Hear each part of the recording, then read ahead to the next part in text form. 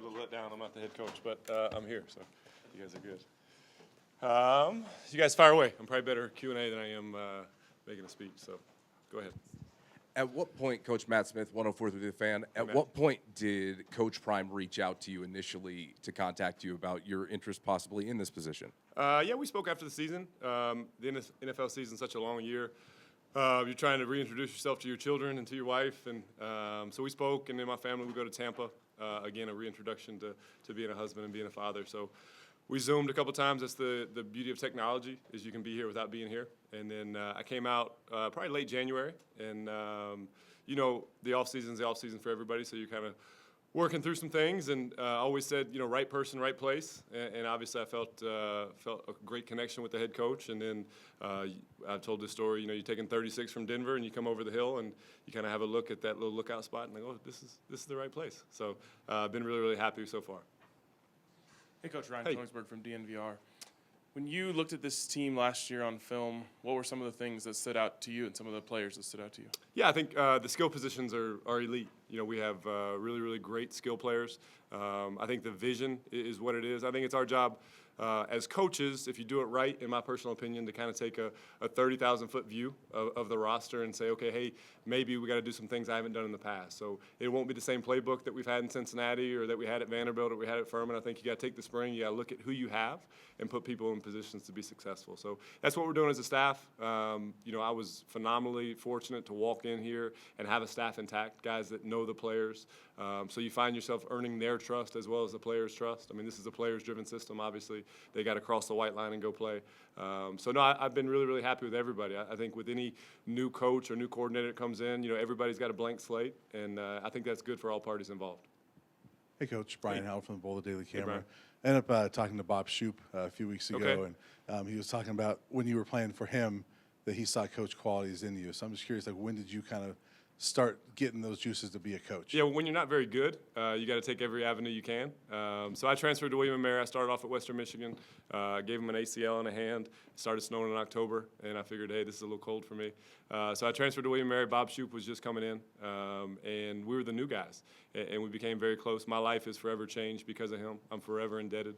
You know, he taught me the game in the way that I still view it, you know, a 2x2, a 3x1. And we had some talented guys, and that was kind of my role. You know, I made 11 probably, and I had to get other people lined up. So I knew the game was going to quit on me eventually, and it's really all I know. It's all I'm probably decent at, even if you ask my wife. And so it's been a lot of fun, and I would not be here without him, so I'm forever indebted to him. Hey, Coach. Jack Carlo with Jack. Buffalo's Wire. Nice to meet you. Nice to meet you. Yeah, just with your background as a secondaries coach, just how excited are you, you know, as you mentioned, to coach some of the guys in secondary like, you know, Travis, Cormani, Shiloh? Just what's your approach with those guys? Yeah, I mean, you're phenomenally blessed. You walk into a spot, and you got competition everywhere. And I think, again, the way I view the game from a secondary perspective is let's make it hard on those guys on the outside. Early in camp, let's see who can cover. Those guys up front, let's see who can rush. And let's put it all together. So as we start working, you know, kind of the different packages, that's probably a different way I view the game as well. Let's have our best 11 out there at all times. So if that's a certain group on first down and a certain group on second down and a certain group on third down, I think when you're in the NFL, you know, you have 46 guys on game day. So if you get a jersey, you got to play. So whether you're a young player, whether you're a niche player, whatever it may be, you know, we should carve out a role for you if you're going to be here. So it starts on the back end with me. Obviously, that's my history, my background, and then it kind of works its way up. So really, really pleased with those guys. Hi, Coach. Adam Munster, Tiger 24/7 Sports. Yeah. Good to meet you. Yeah, great to meet you. You talked about tailoring your defense to what the players do well. I'm curious, though, are there some things that you want to be the identity of your defense? Yeah, I think you know, Jonathan Gannon said it when he went to Philly. I think somebody asked him, you know, what's your philosophy on defense? And he says, well, I don't have one. I have non-negotiables, right? We'll be the hardest playing team in the country. That's how I see it. That's how we need to be. We'll be great communicators, and we'll have a tribe mentality, meaning there's no job too big, no job too small. It takes all 11. But what the first huddle call is versus North Dakota State, I couldn't tell you. Again, we're going to take the offseason. We're going to look at what we do well. It's really easy to walk in someplace and slide the playbook across and say, hey, you guys learn this because this is what I do. It's not my defense. It's not the staff's defense. It's our defense. And, again, it kind of goes back to that tribe mentality thought process of, hey, everybody's coming together for one common goal, right? We're all pulling the same way. So while it might look different than what we did in Cincinnati, it's what works here. And I think the beauty of that is when you take that approach, each week is different. You know, you got to go into each week and say, hey, we have to stop this, and then make them play left-handed. You know, and that's how we'll view it. That's how we'll view each week. And, you know, one week might look different than the next, with the same goal of putting our best players in positions to be successful. I think whether you're with the Bengals, whether you're with the Chiefs, whether you're at Colorado or at Boulder High, you've got 5 or 6 guys on defense that can change the game. So those are shooters, right? So let's get those guys shots, right? You guys are probably Nuggets fans, right? If Jamal doesn't get a shot in the corner every 5 possessions down, then something's wrong, right? So again, if we got a great blitzer, let's blitz them, right? If we got a great cover guy, let's let him play man, and let's not overthink it. So that'll be our thought process going into it. You know, I recognize that's very easy to say in the offseason. When you haven't played a game, you're 0-0, so everybody's happy, so am I. But that'll be our mindset, and that's what we believe in. Coach Troy Rigg from the Denver Post. Okay. When you took the job with Coach Prime, Uh-huh. I mean, it's very high profile. It's Yep. probably the most high profile program in the country last year. How did you kind of embrace that idea that you're going to be living on social media and coaching for a coach who's got very high expectations given his resume as both a player and now a coach? Yeah, it's just football, I think is what I would say. I don't have social media. I don't know what goes on out there. I'm the old man who's like 38. So I see a lot of cameras. I'm not really sure what they're filming or what they're doing. It's all about the guys to me. I think when you get a chance to do it your way and to lead men, that's really what it's about. So whether it's the staff, whether it's the players, you know, you get a chance to do it, again, your way. You've thought about doing this your whole life. Hey, I'm going to do this on the first day, and the first day comes, and then you say, oh, shit, what do I do on the second day? So, you know, that part's fun. I mean, this process is great. It's there's great guys. It's a great staff. If we play great defense, when we play great defense, the players deserve all the credit, especially in this climate of NIL and insert whatever 3 letters you want they should get every accolade. If we're no good, it's all my fault. Right, so I don't want to be in the front. I want them to get all the credit because they're the ones that are putting in the work. Right, we're the trainers. Right, we got to get them to the starting gate, and once the season starts and the gates open, away we go. So that's kind of how I view it. Hi, Coach. Troy Finnegan, CU Hey, Troy. Sports Report. Nice to meet you. Nice to meet you. You've worked with Lou Anarumo for I did. a while, one of the best in the business. What are some of the biggest things that you've learned from him about how to be a defensive coordinator that you can bring here?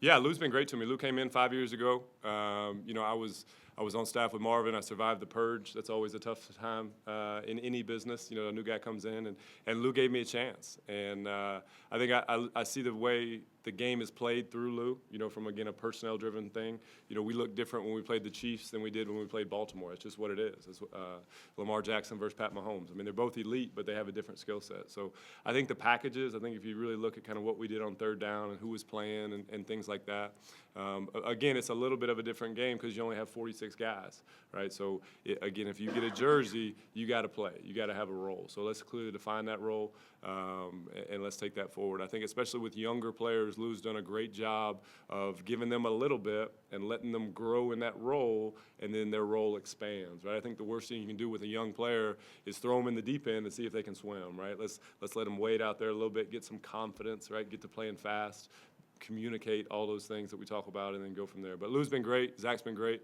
Really, the Bengals organization from Mr. Brown, his family, Duke Tobin, they changed my life. They gave me a chance. I was at a place for 12 years. Like, I'm not naive. That does not happen. So it should kind of speak the volumes of how I feel about this place. You know, to walk away from something is never easy. Again, you have relationships with the staff, with ownership, with the players, but this was an opportunity that I just felt that strongly about. Coach Kyle Newman from the Denver Post. Hey, what's up, man? How you doing, Coach? Travis Hunter specifically, I mean, obviously the most high-profile player on this defense. Who's that? I'm just kidding. What do you see in his, potential in year 2 here in Boulder? What's his ceiling, and kind of how do you envision his role increasing in your system? Yeah, he's a unicorn. I think we all recognize that. Travis can be elite at whatever he wants to be. I think the first thing you notice about Travis is he's genuine. He's who he is, right? There's no facade. There's nothing fake about him. He's a great guy. So it all starts there, right? The better people you have in the locker room, the better locker room you'll have. I think he can be a shutdown corner. He played some offense today. Unfortunately for us, playing defense, I think he can be an elite receiver. So he's a mismatch on each side of the ball. You know, the amazing thing about him is how he studies. You know, we had a conversation the day before practice, like, hey, Trav, you know, what can I do for you to make sure we put things in buckets? And he said, no, Coach, I'm good. I got it. So I've been amazed at really number one, who Travis is, and then his ability to retain information. So I think the sky's the limit for him. He can be as good as anybody I've ever been around, and that's the standard for him. Rob, David, I'm with The Athletic. Two questions for you. One, Yep. what questions did you have for Deion before you came and took this job? And two, what metrics are most important to you when you assess how your defense is playing? Yeah, the first part, probably why me? Why am I this lucky? We met, and again, we hit it off. I think the unbelievable thing about Coach Prime is he's the same guy every day. I think in any profession you've been in, you kind of walk in like, ooh, who am I going to get today? I mean, he's the same guy. And when you work for somebody that you know what you're getting every day, I mean, that's a phenomenal gift. And then in terms of metrics, it's always been the same thing for me. Yards don't equal points, right? If you want to be a great defense, you got to play great situationally, right? So that's third down, that's red zone, and that's kind of that middle eight, right? So think about it. There's, let's say, 1:25 left. They're on R40. It's third and long. Do you go get them? Do you bring pressure? So now all of a sudden you can knock them out of field goal range so you can punt. So again, Travis and Shador and the offense can go to work, and they score, and they get the ball in the second half, and maybe it's a 10 to 14-point swing. So we got to be great situationally.